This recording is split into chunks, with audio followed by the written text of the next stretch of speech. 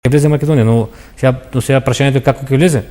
Ако влезе без соодветна уставотворна и државотворна основа со сите нишани како сите останати земји, тогаш да кажеме ние треба да им кажеме не работи дали сакаме да влеземе како македонци, него не по секоја цена. Иначе никој не спори сега, не викаме дека не сакаме да влеземе во Европската унија или во НАТО, него смислата дека не по секоја цена. Так. А ако не по секоја цена, значи треба да го сочуваме тоа достоинство, бидејќи се работи за прашање кој што не е од краткорочна природа, него ќе остави долгорочни последици за навек. Така. Последните 5 минути да ги искористиме за улогата и активностите на вашата политичка партија токму во екот на овие изборни кампањи. Па видите, ние Народно движење за Македонија сега решивме пак да обновиме коалицијата со Сдруженијата коалиција за подобра Македонија. Ние бевме во коалиција од 2005 до 2009 година. На локалните избори 2009 година стапивме сами како партија. Сега овие се парламентарни избори и тука бевме исправени пред предизвикот и како партија Централниот комитет одлучи да ја прифатиме поканата за коалиција и тоа најмалку од две причини. Првата причина е тоа што во Македонија свесни сме дека што е нормално за едно демократско плурално општество дека не може една партија да освои апсолутно мнозинство. Значи коалициите се неминовни. И од бидејќи ве гледаме, на една страна ВМРО ДПМН со 24 партии, на друга страна СДСМ направи еден блок таму од 10 на 15 партии. Значи факт е дека и најголемите партии не се мокни да го освојат тоа апсолутно мнозинство. А втората причина е тоа што ова е сега многу битен момент за едината на државата и ние како Народно движење за Македонија, како што кажав, нас првенствено интересираат тие македонски национални интереси, бидејќи сега да бидеме реални, ние како помала партија не можеме да правиме експертски тим кој што ќе води економски политики во државата. Нас не интересира строго тие државни национални интереси кои што треба да се сочуват и тој дел од најде место тие наши залагања во тој сегмент на таа платформа што е на коалицијата за подобра Македонија и тука гледаме дека преку оваа коалиција може да се сочуват државните и националните интереси и уште повеќе сега ова е момент кога треба да се направи тој фронт за да се поразат тие политики кои што 20 години, да кажеме, или поточно 15 години колку што е Црвенковски на власт, тоа се едни структури кои што само лажат, крадат и убиваат овие 15 години, значи да му се стави крај на, бидејќи сега веќе јасно се кажа дека ова ќе бидат избори со кои што или ќе се оди напред со реформите или ќе се стави крај на транзицијските актери во ова време, значи изборите, значи се дава една димензија на историчност на изборите и бидејќи е момент кога треба на тие транзицијски профитери да им се запечати таа политичка кариера која ќе оставя пустош према себе.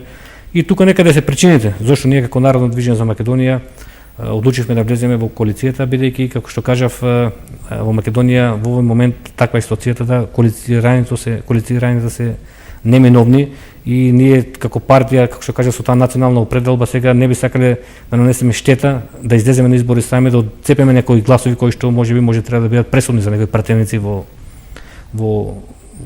за коалицијата. И овој пат, затоа кажав, тие овие неколку десни партии, условно кажано, тие нема да освојат пратеници, но можеби ќе направат мала политичка штета со земање на некои тие гласови, но генерално оваа коалиција гледаме дека народот и верува и затоа тука некаде се причините зашто ја прифативме таа покана заедно да ги одбраниме тие национални интереси. Така. Значи очекувате сигурна победа на коалицијата која се представи со манифестот за реформи. Па еве јас со сиот ризик и дури и прогнозирав каков ќе биде исходот на овие избори.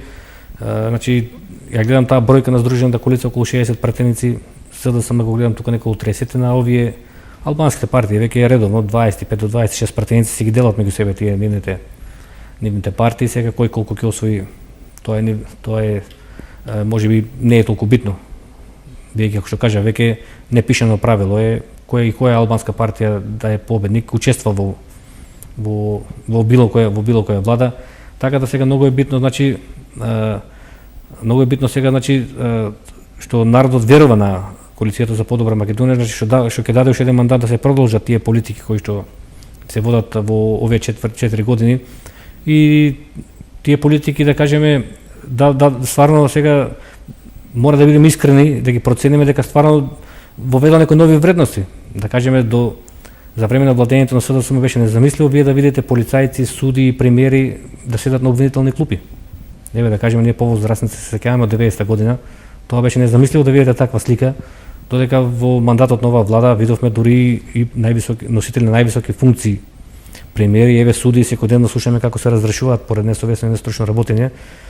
На времето, да кажеме, јас не се сеќавам било кој судија да бил разрешен поради несовесно и нестручно работење, бидејќи 2006 година Бранко Црвенковски преку собранието го направи тој реизбор на 600 суди со партиски диктат кој што се избра. Така да, значи, стварно се поведеа нови вредности кои што се подигнат тие критериуми, така да тоа е едно охрабрување кој што очекувано ќе ја даде поддршката и за наследните избори. Господине Бачев, благодарам што вечерва бевте наш гостин. Благодарам на поканата. А поштувани гледачи, тоа беше се за вечерва.